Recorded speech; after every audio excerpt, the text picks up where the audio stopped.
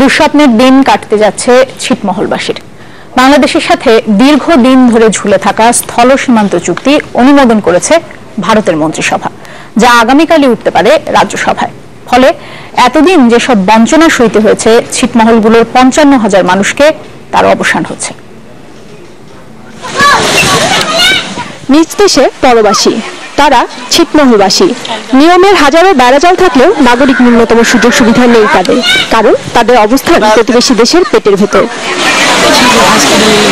এই সমস্যা সমাধানে দীর্ঘদিন ধরে ঝুলে থাকা বাংলাদেশ ভারত স্থল সীমান্ত চুক্তি অবশেষে অনুমোদন করেছে ভারতের মন্ত্রিসভা। দেশটির প্রধানমন্ত্রী নরেন্দ্র মোদীর সভাপতিত্বে মন্ত্রিসভার বৈঠকে আজ সংশোধিত বিলটির অনুমোদন দেওয়া হয়। তবে বিলটি আইনি রূপ নিতে রাজ্য ও লোকসভা দুটিতেই পাশ হতে হবে। এজন্য বুধবারই রাজ্যসভায় উঠতে পারে বিলটি, সেখানে পাশের পর তা যাবে লোকসভায়। প্রথমে আসামকে বাদ দিয়েই বিলটি সংসদে তুলতে চেয়েছিল বিজেপি সরকার, তবে সংশোধিত বিলে সমর্থন দিতে রাজি নয় কংগ্রেস। আর লোকসভায় বিজেপির সংখ্যাগরিষ্ঠ হলেও পার্লামেন্টের উচ্চকক্ষ রাজ্যসভায় শক্তিশালী নয় বিজেপি, তাই বিরোধীদের সমর্থন পেতে বিলটিতে আসামকেও অন্তর্ভুক্ত করা হয়েছে।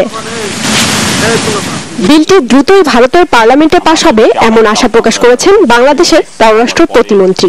অত্যন্ত আশাবাদী এবং আনন্দিত যে ভারতের পার্লামেন্টে বিলটি উপস্থাপিত হতে যাচ্ছে। তো এটি এখন ইমপ্লিমেন্টেশনের ব্যাপার।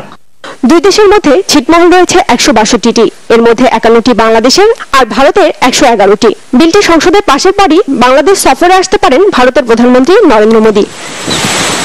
রওনক জাহান, চ্যানেল 24।